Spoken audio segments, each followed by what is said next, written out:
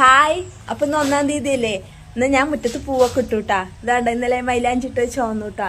ഇതാണ്ട ഞാൻ ചേച്ചിന്റെ കയ്യത്ത് മൈലാഞ്ചി ചോന്നാ നോക്കാട്ടെ. ഞാൻ പോയിട്ട് ചേച്ചി അവിടെ ഉണ്ടാ?